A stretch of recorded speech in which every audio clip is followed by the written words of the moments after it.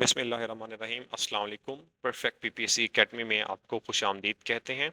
आज paper number 224 है। बगैर वक्त ज़ाय किए अपने पेपर की तरफ बढ़ते हैं और पहला क्वेश्चन है हमारा फ्रांस काफ्का के हवाले से। तो फ्रांस काफ्का आपके हैं एक नॉवलिस्ट और कंट्री है इनकी सिजिच। कंट्री वैसे पूछी नहीं जाती, बहुत कम राइटर्स की जो है वो कंट्री पूछा जाती है, लेकिन क्योंकि फ्रांस काफ्का है सिजिच से, जिसका कैपिटल है प्रेग। प्रेग इज द कैपिटल ऑफ, ये एमसीक्यू रिपीटेड है और पीपीसी के पेपर्स में बहुत बार पूछा जा चुका है, इस वजह से ये याद करना जरूरी है। अच्छा, अब इनके इंपॉर्टेंट वर्क्स की बात करते हैं तो मेटामॉर्फोसिस और the castle, letter to his friend, ये इनके मशहूर नॉवेल्स हैं। फ्रांस कफ्का के हवाले से इतना ही क्वेश्चन आया है और इसके अलावा कोई और क्वेश्चन नहीं आया है। अगर हम अगले क्वेश्चन की तरफ जाते हैं, अभी हम अपने अगले दूसरे क्वेश्चन की तरफ जाते हैं जो कि है पहले के बारे में, फुटबॉल के हवाले से। तो फुटबॉल का अभी वर्ल्ड कप हुआ है, फीफा वर्ल्ड कप। अच्छा, उसने पहले का जो क्वेश्चन दिया है हमें, तो फुटबॉलर तो और भी बहुत हैं। पहले का ताल्लुक ब्राजील से है और इनका क्वेश्चन इसलिए पूछा गया है क्योंकि पहले जो हैं one of only mail player हैं जो कि 3 कंसेक्टिव वर्ल्ड चैंपियन टीम में शामिल थे। अच्छा, इन्होंने अपनी टीम को 3 बार वर्ल्ड कप जितवाया। अब इनके कैरियर के अंदर 1279 गोल्स हैं 1363 मैचेस के अंदर, जो कि क्वाइट एक रिकॉर्ड है, अपने आप में एक बहुत बड़ा रिकॉर्ड है। और ब्राजील से जो मशहूर फुटबॉलर हैं उनमें नेमार भी जो हैं वो नेमार भी एक फुटबॉलर हैं, उनका ताल्लुक भी ब्राजील से है। और विनियस इस नाम का एक प्लेयर था, मुझे अब उसका क्लियर नाम नहीं याद आ रहा, वो भी करंटली जो है ब्राजील से ताल्लुक है और इस फीफा वर्ल्ड कप में उन्होंने बहुत अच्छी परफॉर्मेंस दी है। उनका नाम भी पूछा जा सकता है, विनीसियस, पता नहीं कुछ इस तरह का नाम था उनका। अच्छा, फीफा वर्ल्ड कप की बात करें तो मैंने पिछले पेपर में भी आपको बहुत सारे एमसीक्यूज जो हैं वो रिपीट करवाए थे, लेकिन इस पेपर में मैं आपको दोबारा रिपीट करवा देता हूँ कि फीफा वर्ल्ड कप हमारा जो है यूनाइटेड स्टेट्स, मैक्सिको और कनाडा में हुआ। होस्ट कंट्रीज थे, टोटल 48 टीम्स थी। अच्छा, इसमें जो मशहूर स्टार प्लेयर्स हैं जैसे क्रिस्टियानो रोनाल्डो, उनकी टीम थी पुर्तगाल और वो ग्रुप ऑफ 16 में बाहर हुई। और अर्जेंटीना से मेसी मशहूर हैं, जिन जो रनर अप रहे। स्पेन के साथ उनका फाइनल हुआ और फाइनल में वो हार गए। उनकी टीम अर्जेंटीना है और स्पेन दूसरी बार वर्ल्ड चैंपियन बन रहे फीफा का, पहली बार 2010 में और दूसरी बार 2026 में। ये है जी फीफा की डिटेल्स। अच्छा, आप लोगों से एक क्वेश्चन है, क्विज क्वेश्चन, के जो फीफा वर्ल्ड कप 2026 की ट्रॉफी है इसका नाम क्या है, आपने कमेंट सेक्शन के अंदर लिखना है। आगे बढ़ते हैं, आमिर खान के हवाले से 2 क्वेश्चंस पूछे जाते हैं। पहला क्वेश्चन, इनका प्रोफेशन क्या है, बॉक्सिंग। नंबर 2, ये कौन से यूके बेस्ड पाकिस्तानी, यूके निजात पाकिस्तानी हैं। अच्छा, क्वेश्चन तीसरा, थर्ड क्वेश्चन उसने पूछा कि which country is bordered by 14 countries and 2 autonomous regions. अब ऑटोनोमस रीजन्स क्या है मैं आपको बताता हूँ कि मुल्क के बारे में तो आपको पता है कि ठीक है जी, उसकी सॉवरेनिटी होगी, उसकी अपनी टेरिटरी होगी, आर्मी होगी, बला बला। अब ऑटोनोमस रीजन्स जो होते हैं ये खुद मुख्तार इलाके होते हैं, ठीक है, ये मुल्क नहीं होते, ये इलाके होते हैं, खुद मुख्तार इलाके होते हैं। अब चाइना का जो बॉर्डर है वो 14 मुल्कों को लगता है, जिनमें पाकिस्तान भी शामिल है। पाकिस्तान में जो है चाइना का बॉर्डर नॉर्थ की तरफ है, मतलब पाकिस्तान के नॉर्थ की तरफ चाइना है। और उस तरफ एक और इम्पोर्टेंट ट्रेड रूट है जिसे हम वाखन कॉरिडोर कहते हैं, वाह की पट्टी कहते हैं, जो पाकिस्तान को ताजिकिस्तान से जुदा करती है, ठीक है, ये एक इम्पोर्टेंट ट्रेड रूट है। और अफगानिस्तान के साथ जब हमारा इशू हुआ तो उन्होंने हमें ये ट्रेड रूट बंद करने की धमकी भी दी थी। अब अगले क्वेश्चन की तरफ आते हैं, ठीक है, लेकिन पहले इसको थोड़ा सा एक्सप्लेन कर लेते हैं कि चाइना नॉर्थ में है और ऑटोनोमस रीजन इसके हांगकांग और मकाओ, ये 2 कंट्रीज हैं जो, सॉरी, 2 ऑटोनोमस रीजन हैं जो कि चाइना के साथ जिनका बॉर्डर लगता है, ठीक है। और पाकिस्तान के नॉर्थ में है। वाखन कॉरिडोर हमने डिस्कस कर लिया है। चाइना के जो पहले प्रेसिडेंट थे सन यट सेन थे और दूसरे 1912 में वो सदर थे, और करंट जो है शी जिनपिंग हैं। इसके अलावा और कोई क्वेश्चन मुझे इस वक्त याद नहीं आ रहा। तो अच्छा, book tale of two cities जो लिखी है वो चार्ल्स डिकेंस ने लिखी है। अच्छा, अब चार्ल्स डिकेंस जो हैं, ओलिवर ट्विस्ट, ग्रेट एक्सपेक्टेशंस और टेल ऑफ टू सिटीज, ये बहुत मशहूर किताबें हैं जिनके बारे में 2026 के पेपर्स के अंदर बहुत ज़्यादा क्वेश्चंस आए हैं और आगे भी पूछे जा सकते हैं। तो ये बहुत इंपॉर्टेंट है, आपको ये याद करना ज़रूरी है। अच्छा, अब रिवाइज कर लेते हैं, ठीक है। पहला हमारे पास फ्रांस काफ्का, उनकी बुक कौन सी है जी आपके पास, letter to his friend, the castle, और मोस्ट इंपॉर्टेंट मेटामॉर्फोसिस, बहुत फेमस नावल है उनका। नंबर 2 पे पहले ब्राजील का 3 वर्ल्ड कप 3 बार जो है वो वर्ल्ड कप जीतने वाली टीम में शामिल था। और उसका है कि हाँ, और ब्राज़ील जो है 5 बार वर्ल्ड फीफा का चैंपियन बन चुका है, ठीक है जी? ब्राज़ील 5 बार फीफा का चैंपियन बन चुका है। आमिर खान बॉक्सिंग और यूके ब निषाद पाकिस्तानी हैं। 14 कंट्रीज़ में 2 ऑटोनॉमस रीजन हांगकांग और मकाऊ हैं जो चाइना को लगते हैं, ठीक है? और नॉर्थ में पाकिस्तान के नॉर्थ में चाइना है। वाखन कॉरिडोर पाकिस्तान को ताजिकिस्तान से जुदा करता है। Oliver twist, great expectations and आखिरी टेल ऑफ टू सिटीज जो कि हिरोशिमा और नागासाकी के ऊपर हैं, चार्ल्स डिकेंस ने लिखी हैं। अब अगर क्वेश्चन नंबर 6 पर बात करें तो थ्री जॉर्जिस डैम या गॉर्जिस डैम जो भी आप इसको पढ़ें, तो ये चाइना के अंदर है और ये world's largest hydroelectric dam है। पानी से बिजली पैदा करने वाला डैम, दुनिया का सबसे बड़ा पानी से बिजली पैदा करने वाला डैम कौन सा है? थ्री जॉर्जिस डैम है। और ये चाइना में ह्यूबाई के मुकाम पर है। ह्यूबाई, HUBEI, ह्यूबाई के मुकाम पर है। अच्छा, यहाँ पर आपको आगे है फाउंडर ऑफ फेसबुक। तो फाउंडर ऑफ फेसबुक जो हैं वो मार्क जकरबर्ग हैं। और 2004 में फेसबुक लॉन्च हुई थी और 2008 में फेसबुक डिप्लोमेसी स्टार्ट हुई थी। एक एमसीक्यूज है पीपीएससी का और बहुत रिपीटेड एमसीक्यूज है कि फेसबुक डिप्लोमेसी स्टार्टेड इन। तो हुआ ये था कि जो पॉलिटिकल ऑर्गेनाइजेशंस हैं, जितनी भी पॉलिटिकल पार्टीज हैं, तो यूएस की एक अंडर सेक्रेटरी थे, उन्होंने अपनी कॉन्फ्रेंस का ऐलान किया था फेसबुक के ऊपर। तो इसे फेसबुक डिप्लोमेसी कहते हैं कि भाई फेसबुक से डिप्लोमेसी का स्टार्ट हुआ, ठीक है? तो 2004 में फेसबुक लॉन्च हुई, किसने की? फाउंडर कौन है? Mark Zuckerberg. और फेसबुक डिप्लोमेसी कब स्टार्ट हो रही है? 2008 में। ये यहाँ तक इतने सवाल यही पूछा जाता है, इससे रिलेटेड यही क्वेश्चन आते हैं। हमने डेटा को एक्सपेंड उतना करना है जितना हम याद कर सकें। डेटा बैंक बहुत बड़ा है, आप एक्सपेंड करते जाएंगे तो आप समंदर में गर्क हो जाएंगे, ना डेटा आपको याद होगा ना आप आगे पढ़ पाएंगे, ठीक है?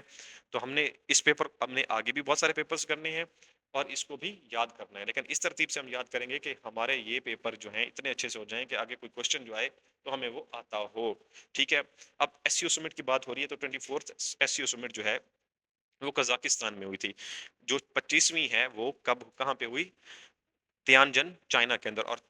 और हमारे पास जो 26वीं है वो हमारे पास बिश्केक किर्गिस्तान में होने जा रही है। अब एससीओ क्या है? शंघाई कोऑपरेशन ऑर्गेनाइजेशन है, ठीक है? ये 2001 में बनी, इसके टोटल 10 मेंबर हैं। और इस पाकिस्तान इसका मेंबर बना, परमानेंट मेंबर बना 2017 में।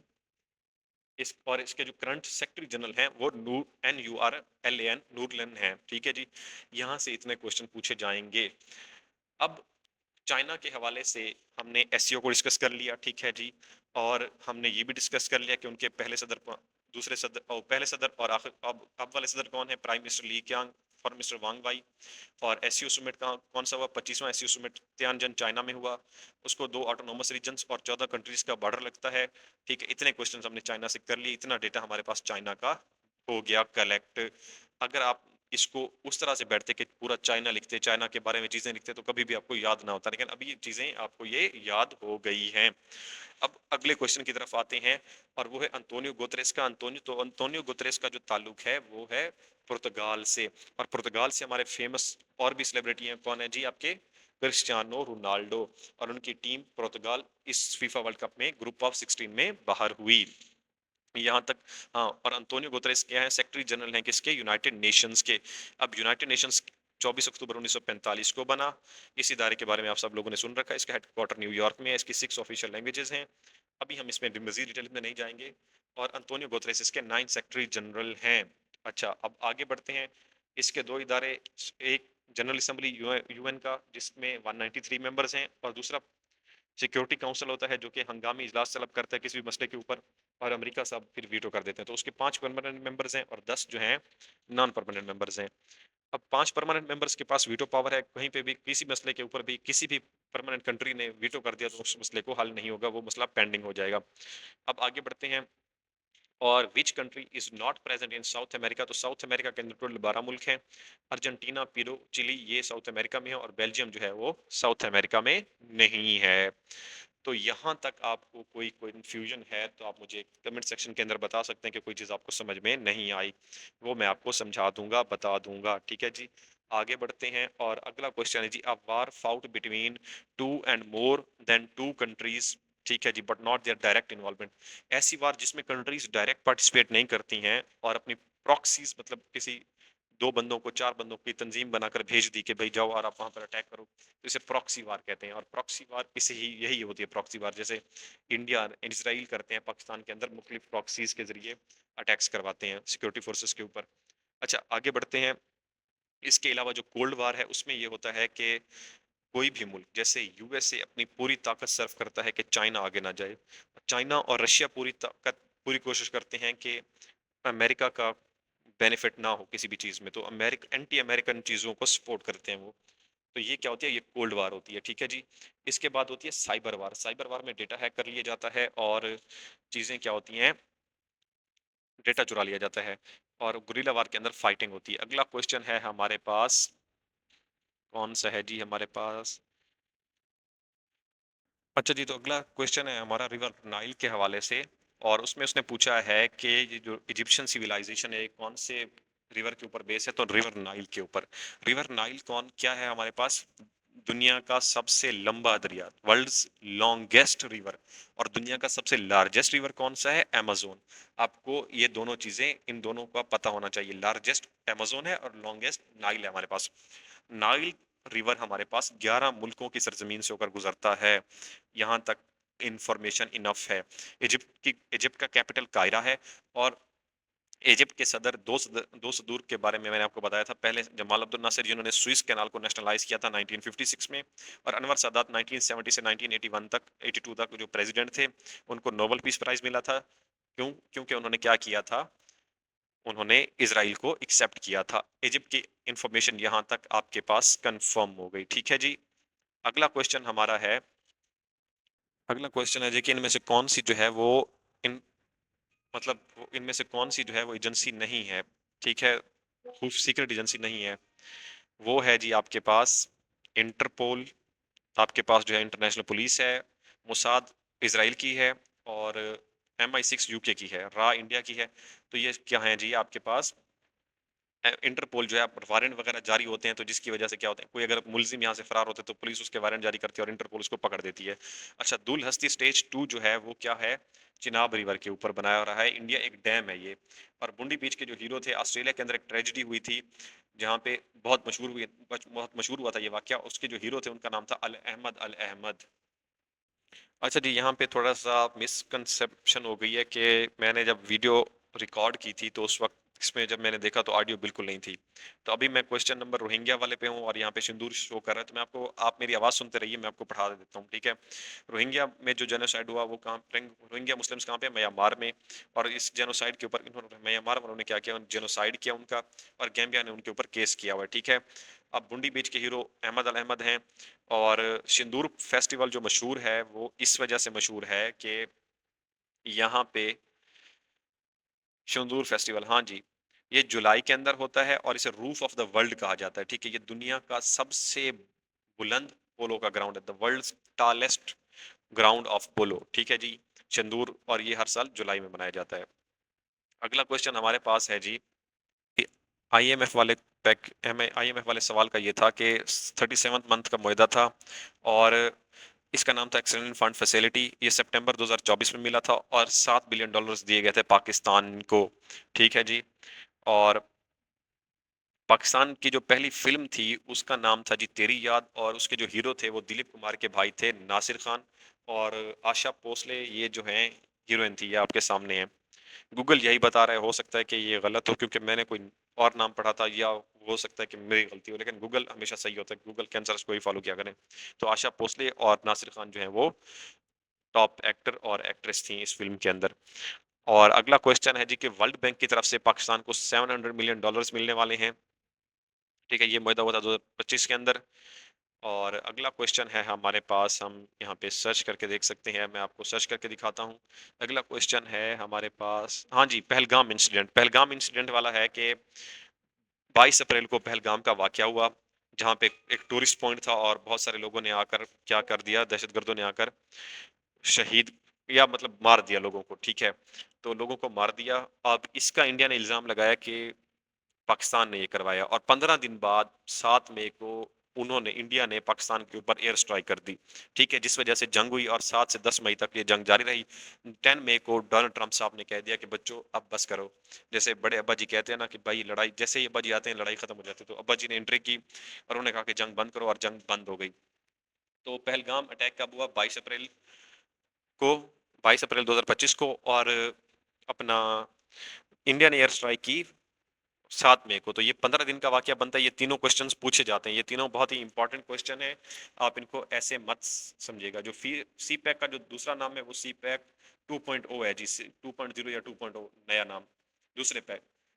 अच्छा, अगला है जो है, अच्छा कौन सी कंट्री ने पाकिस्तान को अपोज किया अफगान मेंबरशिप के, यूएनओ की मेंबरशिप के लिए? 30 सितंबर 1947 को पाकिस्तान यूएनओ का मेंबर बन गया। सिर्फ एक कंट्री थी जो पाकिस्तान को अपोज कर रही थी, और वो थी अफगानिस्तान। अफगानिस्तान क्यों अपोज कर रही थी? क्योंकि 1893 में, 1893 में अफगानिस्तान और अफगानिस्तान के शाह अब्दुलरहमान और सर ड्यूरेंट के दरमियान मुहिदा हुआ था। सर ड्यूरेंट बरतानवी फौज के थे, कमांडर थे, उनके दरमियान मुहिदा हुआ। ड्यूरेंट लाइन के ऊपर एक लाइन खींची गई, ये बॉर्डर होगा।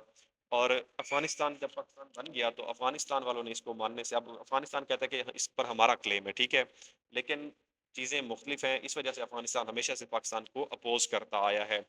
अच्छा, नंबर ऑफ ईच सेनेट, जो सेनेट के जो मेंबरान हैं हर सूबे से, वो 23 हैं। और इस और इस वक्त पाकिस्तान की सेनेट के अंदर टोटल 96 मेंबर्स हैं जी, ठीक है, 96। मैं अभी आपको नेट से सर्च करके आपको इसकी कंपोजिशन भी दिखाता हूँ। और इसमें जो होते हैं कि इसमें ये होता है कि 14 जनरल होते हैं, 4 टेक्नोक्रेट्स, 4 वुमेन्स की, और एक जो होती है आपके पास नॉन मुस्लिम्स की होती है, ताकि सबको इक्वल रिप्रेजेंटेशन दी जा सके।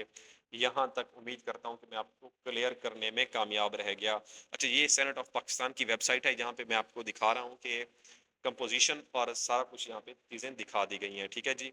अब हम क्वेश्चन नंबर, अपने अगले क्वेश्चन की तरफ जाते हैं। आप लोग यहाँ इसको, अगर आपने इसका स्क्रीनशॉट लेना था तो आप ले सकते हैं, एक बार ले लीजिए स्क्रीनशॉट इसका, अगर लेना चाहते हैं तो। यहाँ तक अगर आपको कोई बात समझ नहीं आई तो आप मुझसे पूछ सकते हैं कमेंट सेक्शन के अंदर, मैं आपको जवाब देने के लिए तैयार हूँ।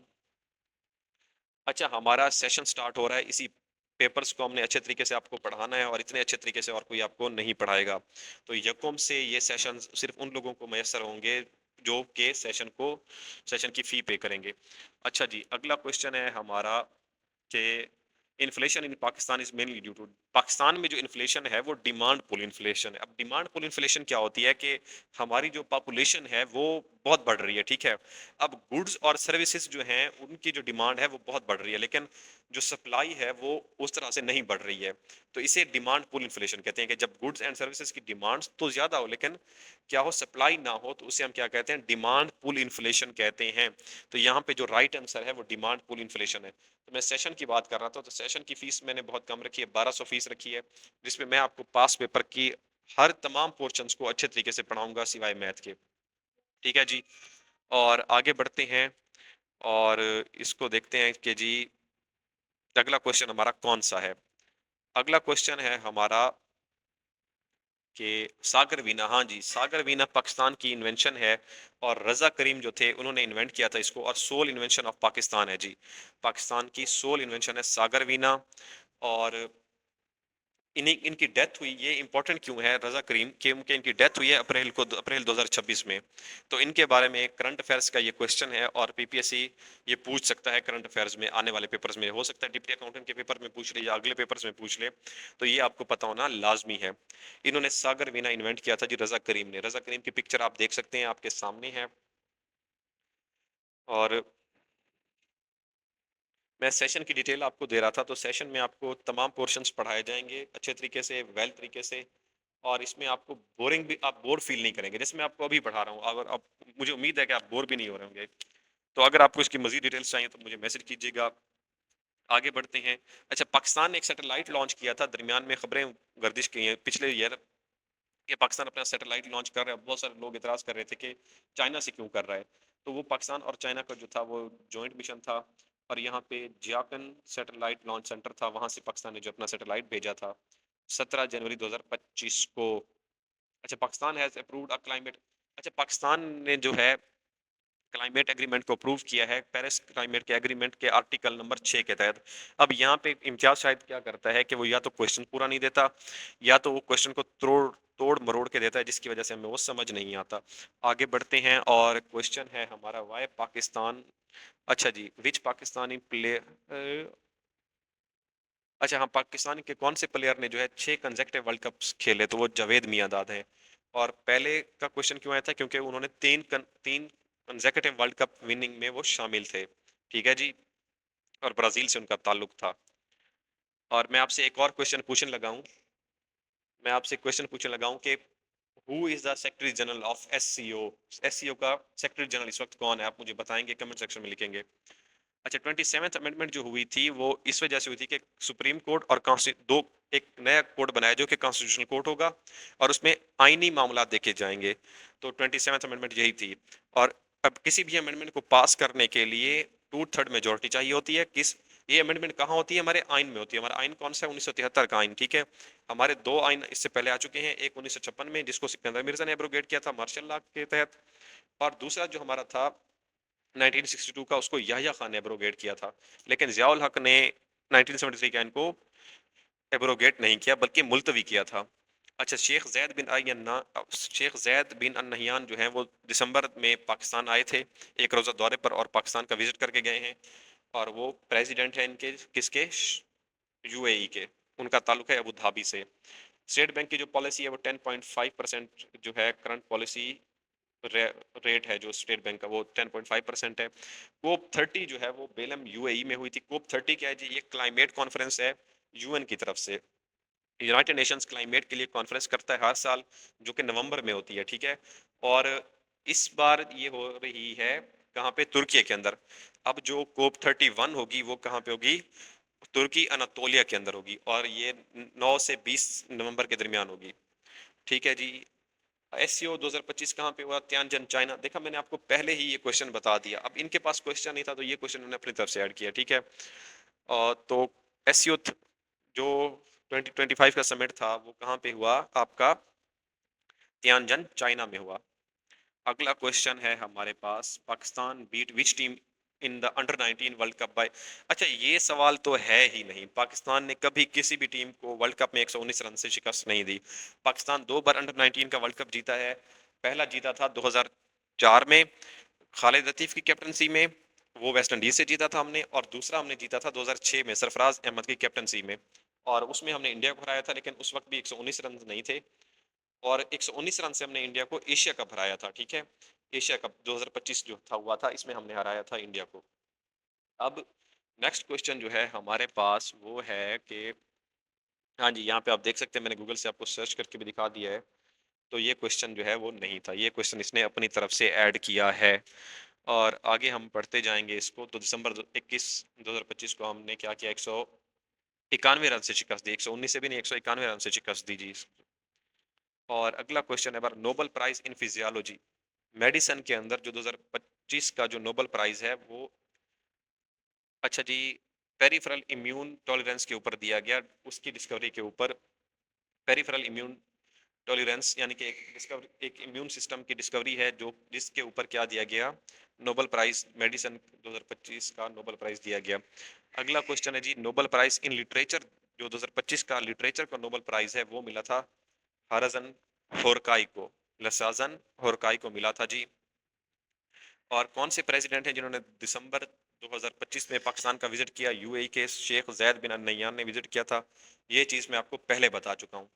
तो इस तरह से पेपर पढ़ने का फ़ायदा आपको ये होता है कि आपको चीज़ें मौके पर याद हो जाती हैं, आपको चीज़ आंसर, अभी आप दूसरे पेपर पर भी नहीं गए, इसी पेपर के एमसीक्यूज़ के आंसर्स आपको आने लग गए हैं। तो इसको आप, अच्छा जी, तो हम कहाँ पर थे, यूएई के सदर में। तो मैं आपको यही बता रहा था कि आपको पढ़ने का, इस तरह से पढ़ने का यही फ़ायदा होता है कि आपको चीज़ें पहले से आने लग जाती हैं। ठीक है, तो इस सेशन का मकसद ही यही है कि आपको इस काबिल बनाना कि आपको चीज़ें अच्छी तरीके से याद हो जाएं, और आपके लिए चीज़ें आसान हो जाएं, चीज़ें आसान करना मकसद है आपके लिए। और फ़ी भी इतनी कोई हाई नहीं रखी, ताकि फ़ी भी वही रखिए कि आप लोग क्या कर सकें, मैनेज कर सकें। अच्छा, लार्जेस्ट ओशन कौन सा है हमारे पास, पैसिफिक है। और इसकी जो डीपेस्ट ट्रेंच है, मतलब वो कौन सी है, मेरियाना ट्रेंच है। और which of the following does river does not pass through Jammu, Ravi जो है वो जम्मू और कश्मीर से नहीं गुजरता है, ठीक है। कश्मीर के इशू के ऊपर मसला यही है कि जो हमारे दरिया हैं वो कश्मीर से गुजर कर आते हैं, तो जो कश्मीर के ऊपर जिसका कब्जा होगा उसी वो पानी के ऊपर भी हुक्मरानी करेगा, तो वो पानी के ऊपर भी अपनी मनमानी करेगा, इसी वजह से मसला कश्मीर अभी तक हल नहीं हो पा रहा।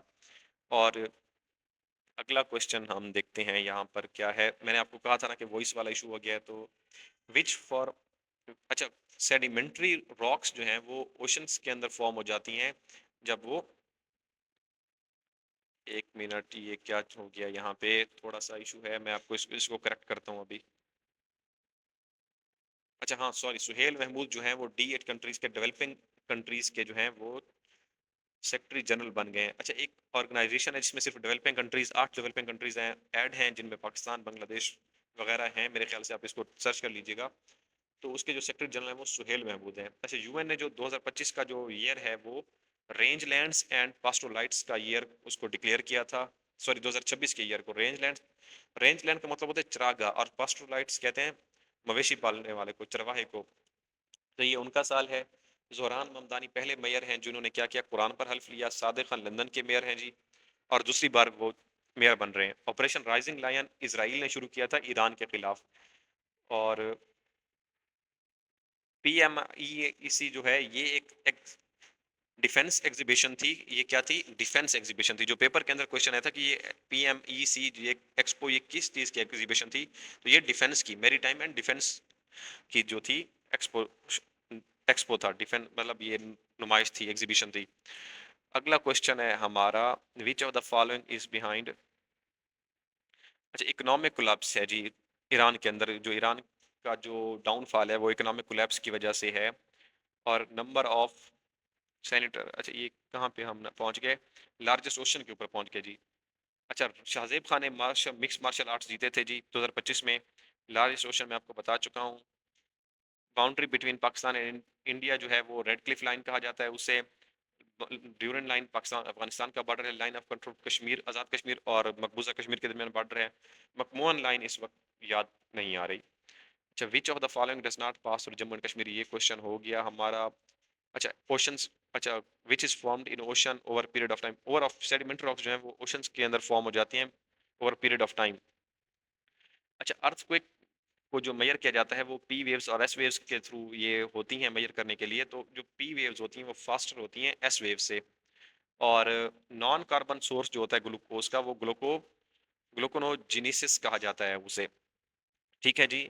और एक न्यूट्रॉन जो होता है उसे कन्वर्ट किया जाता है प्रोटॉन के अंदर विद इमिशन ऑफ इलेक्ट्रॉन। तो जब इमिशन ऑफ इलेक्ट्रॉन होगी तो उसे हम क्या कहेंगे, एंटी न्यूट्रिनो कहेंगे। उसे हम क्या कहेंगे, एंटी न्यूट्रिनो। तो मैं आपको इसी चीज का फायदा बता रहा था कि हमारे सेशन के अंदर यही फायदा है आप लोगों को सेशन ज्वाइन करने का। और इसके अलावा हमने कोट अद्दू वालों के लिए भी सेशन स्टार्ट कर दिया है, 2 सेशन स्टार्ट किए हैं। एक सिर्फ कंप्यूटर का सेशन, दूसरा कंप्यूटर प्लस जीके का सेशन। उसकी फीस जो है वो 2500 है, वो भी कोई इतनी ज़्यादा नहीं है, आप लोग अफोर्ड कर सकते हैं, क्योंकि उसमें हम आपको इंग्लिश भी पढ़ाएंगे, तमाम बेसिक सब्जेक्ट्स पढ़ाएंगे, बेसिक बेसिक अंडरस्टैंडिंग आपकी डेवलप करवाएंगे, ठीक है जी। और मेन सेलुलर रिस्पिरेशन के अंदर जो मेन सोर्स होता है एनर्जी का वो ग्लूकोज ही होता है जी, ठीक है। और जो पावर रेडिएशंस इमिट होती हैं स्टार से उन्हें हम क्या कहते हैं, अभी यहाँ पे मुझे ऑप्शन नजर नहीं आ रहा, हाँ जी, ल्यूमिनेसिटी ही कहते हैं, ल्यूमिनेसिटी। तो जो पावर रेडिएशंस इमिट होती हैं स्टार से उन्हें हम ल्यूमिनेसिटी कहते हैं। वाटर मूविंग इनटू सॉइल, जो वाटर सॉइल के अंदर मूव होता है उसे हम प्रोपुलेशन कहते हैं। और फाइनल स्टेज इन इकोसिस्टम जो होती है वो क्लाइमेक्स कम्युनिटी होती है। अच्छा, ये ऑप्शन रिपीट में भी आएगा, आप लोग देख लीजिएगा। नोबल गैसेज है विच टाइप ऑफ बॉन्डिंग, तो ये no chemical, noble gases chlorine fluorine, इनमें कोई बॉन्डिंग नहीं होती है जी, ठीक है। एयर मास जो होती है वो मूव करती है हाई से लो की तरफ, ठीक है। याद रखिएगा हमेशा, जो एयर मास होगा वो मूव होगा किससे, हाई से लो की तरफ। एलपी जो है वो, एलपीजी जो है वो मिक्सचर है प्रोपेन और ब्यूटेन का। तो मैं आपको बता रहा था कि हमने जो सेशन रखा है वो बहुत ही सस्ता रखा है, मतलब फीस कम इसलिए रखी है कि आप लोग जो गरीब लोग हैं जो फीस नहीं पे कर सकते वो अफोर्ड कर सकें, और हर बंदा अफोर्ड कर सके, ताकि किसी के लिए तैयारी करने का मसला ना हो। स्मोक है, नाइट्रस ऑक्साइड है, सल्फर डाइऑक्साइड है, ये प्राइमरी पोllutants हैं, ठीक है जी।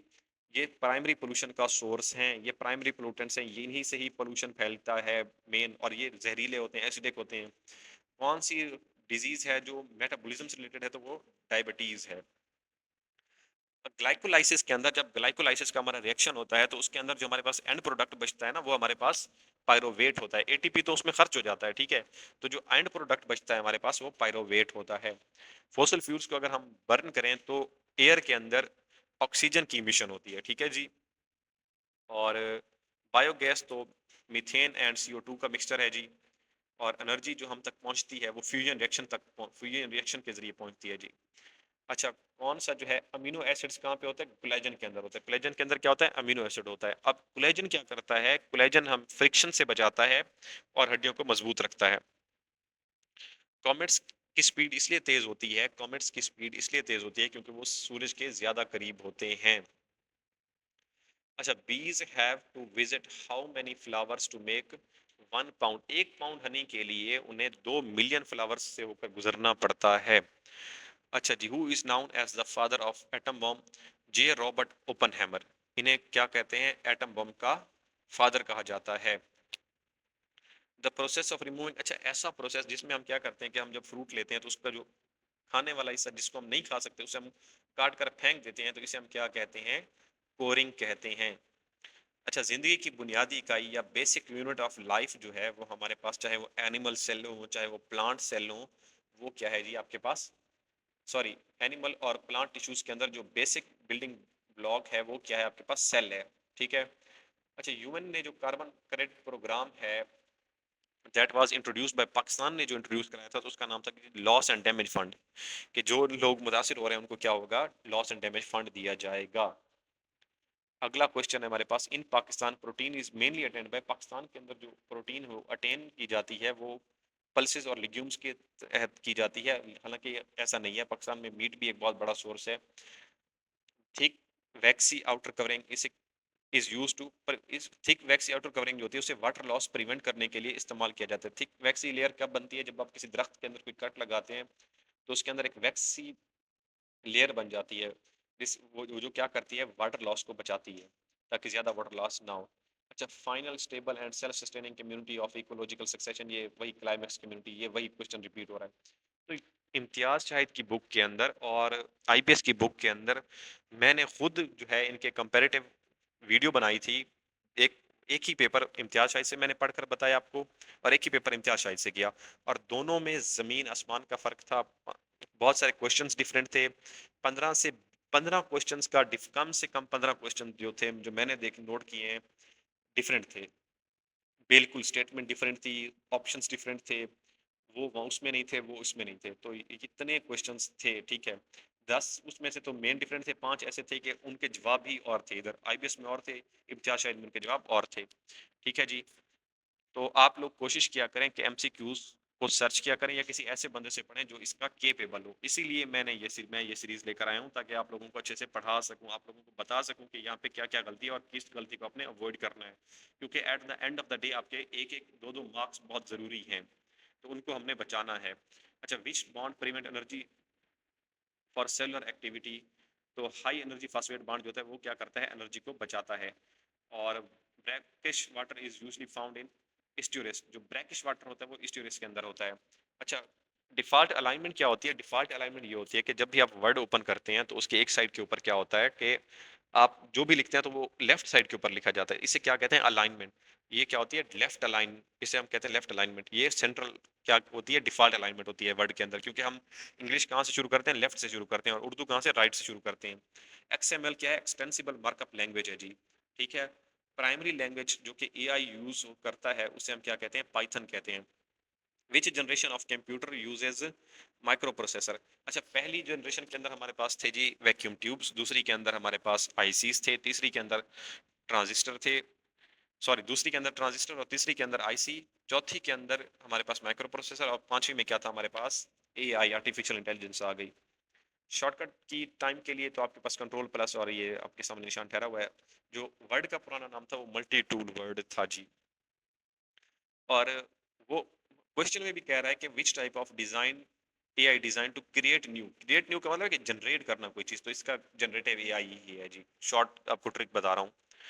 प्रोग्रामिंग लैंग्वेज जो एआई के लिए है वो लिस्प है, प्रोग्रामिंग लैंग्वेज ऑफ एआई वो लिस्प है, और जो एआई यूज करता है वो पाइथन है। यहाँ पे बहुत सारे लोग कंफ्यूज हुए और मुझे मैसेज भी किए कि यार आपके पेपर टेस्ट में ये चीज़ जो है गलत है, हालाँकि नहीं है भाई। हर क्वेश्चन को प्रॉपर गूगल से भी वेरीफाई किया जाता है, उसके आंसर्स, फिर जाकर हम अपने टेस्ट में ऐड करते हैं बुक। अगर बुक और गूगल दोनों से वेरीफाई करते हैं।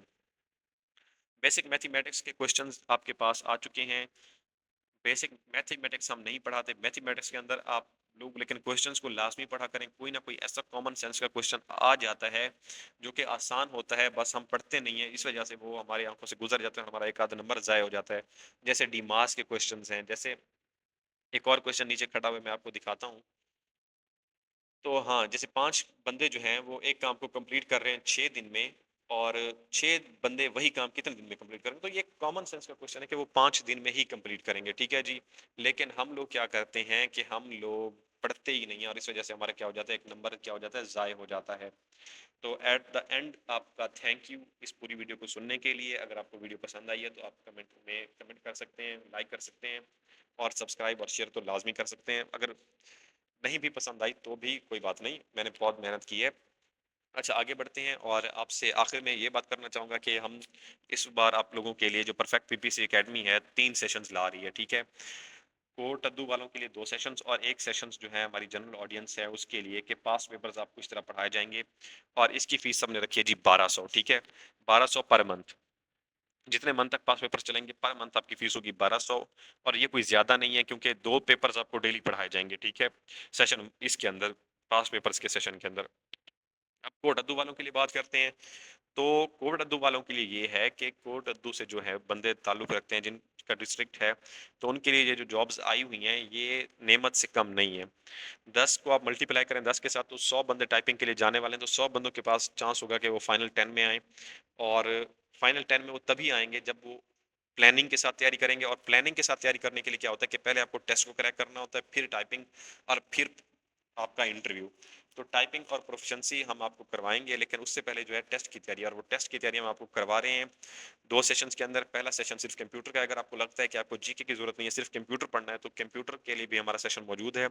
और इसमें क्या होगा कि आपको सब्जेक्टिव पढ़ाया जाएगा, ऑनलाइन क्लासेस होंगी, आपको पूरा सब्जेक्ट वाइज पढ़ाया जाएगा। उसके बाद हम आएंगे अपना टेस्ट के ऊपर। जैसे ही हमारे 10 लेक्चर्स के अंदर या 12 लेक्चर्स के अंदर एंड हुआ कंप्यूटर, उसके बाद हम क्या कर देंगे, शुरू कर देंगे अपनी टेस्ट सीरीज, जो कि एग्जाम विद पास पेपर्स के से होगी कंप्यूटर की। अब ये सारी चीजें होंगी सेशन 1 के अंदर, जिसमें कंप्यूटर की अगर आपको जरूरत है तो। अब दूसरे सेशन में क्या होगा, दूसरे सेशन में ये होगा कि आपको जामे टेस्ट दिए जाएंगे कंप्यूटर के डेली, और जीके के भी टेस्ट दिए जाएंगे, साथ साथ आपको लेक्चर्स भी पढ़ाए जाएंगे। अपना 2 सब्जेक्ट्स, एक कंप्यूटर और एक और दूसरा इजी इजी सब्जेक्ट, फिर उससे इजी, फिर मुश्किल। इस तरह से हम आपको एक पूरी प्लानिंग के साथ जो है आपको आपके टेस्ट के करीब लेकर जाएंगे, टेस्ट क्रैक कराने के लिए आपकी तैयारी करवाएंगे। तो ये दोनों चीज़ें आपके लिए बहुत मुफीद होने वाली हैं, इंशाल्लाह अल्लाह पाक आपको कामयाब करें। इसकी डिटेल के लिए आप लोग मुझे कमेंट कर दीजिएगा, मैं आपको बता दूंगा। बाकी जो लोग मेरे ग्रुप में ऐड हैं वो लोग मुझसे डायरेक्टली भी कांटेक्ट कर सकते हैं। अच्छा, जनरल व्हाट्सएप ग्रुप का लिंक जो है वो नीचे कमेंट डिस्क्रिप्शन, वीडियो के डिस्क्रिप्शन में दिया गया है, फेसबुक पेज का भी दिया गया है, तो आप लोग कहीं पे भी मुझसे कांटेक्ट कर सकते हैं और मजीद मालूमात ले सकते हैं। शुक्रिया जी, अल्लाह हाफिज़। आपसे मुलाकात होती है अगली वीडियो के अंदर।